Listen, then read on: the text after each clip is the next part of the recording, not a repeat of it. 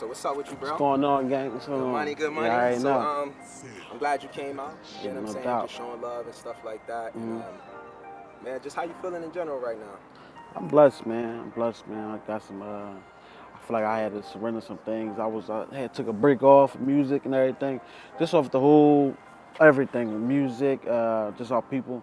So I feel like I came back. You know what I mean? Thank God I made it back. Some people don't make it back for a rap. Nah, Like, so speaking of not making I'm it blessed. back and stuff, Mills was telling me about that you got powerful testimony. You know what I'm saying? Say you've been through a lot of stuff like that. Y'all met, you know what I'm saying? And just in the middle of a lot of stuff you had going on. If you could just share just a little bit of like the testimony, you ain't gotta go deep into it, but you know what I'm saying? Like how you get here, who made the man that you are. Yeah, no, I appreciate that. So, you know, I come from a church, come from a church family and everything. Like my mom, always was on a church type time. And but I never really kind of like knew God for myself for real. Like, you know how like you go to church and everything, you praise and worship and everything, but you don't really know God. Like you haven't really had a real encounter with him. So like, but on the other side of that, it was always a lot of, drugs, you know what I mean? A lot of drugs, a lot of shootings there, like just a bunch of different things, just like, neighborhood. I was always a bad kid. I went to all the bad schools in Philly. Yeah, I mean, CP, Boone, got kicked out of Boone, like juvenile centers, you know what I'm saying? Like back and forth, like, you know what I mean? Just being stupid. Then I was facing some, long story short, I was facing some time. I was facing like 30 years. Facing like 30 years in prison. He got me out that jam because it was looking dark. I ain't gonna catch. It was looking dark. They was gonna try to take me under. And I'll probably still be booked right now. Like I think about it. Like I'll still be booked right now. And I was facing 30 years. And I wound up getting like a 3.5 to 10. I came home, walked the 10 off and everything, but just to see how God got me out that jam for real, and the things that He showed me while in jail. I really see some real supernatural stuff like in jail for real, like back to back, like fasting and like we used to fast every day. Like, you know what I'm saying, like learn how to fast and pray. Learn like how the Holy Spirit really works, you know what I'm saying? Like how really God really works, see how God move and work and it's amazing for like when you really start to see, like you see people like you see older people in the church, and you see people fall out, you see people, shake and they, you know what I mean?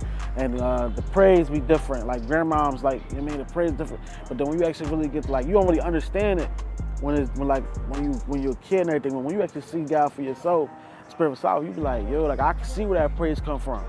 Cause I get them praises in sometimes. You know what I'm saying? Like, you know what I'm saying? Like when it come down to it, like I be crying and you know what I'm saying, because like God amazing for I really I really could have been dead right now. You know what I'm saying? Like getting high, taking drugs, shooting people in the streets, you know what I'm saying? Like, getting shot at all the time. Being around the wrong crowd and everything, and God really saved my life for real. Like, on different occasions, I got stabbed in jail. Got stabbed 8 times in jail. Yeah, I mean, trying to help a friend out, and I could have died then. So how did music come about? Like, you speak a little bit briefly, like how'd you come from the background and everything like that? Yeah. Like, when did music come about? Yeah, so when I was booked, like I was up at the CFCF. I was there for like 18 months.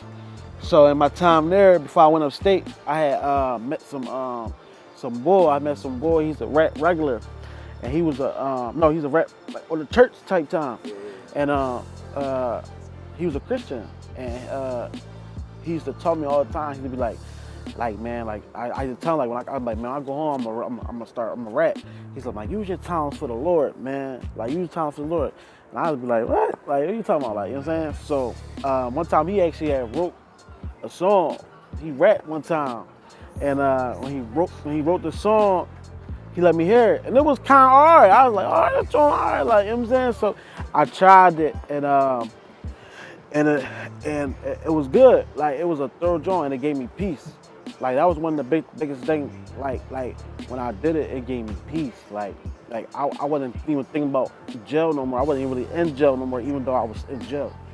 And I remember one time my grandpa had passed away while I was booked, And this when I was like getting close to the Lord. I was really starting to hear from God and everything.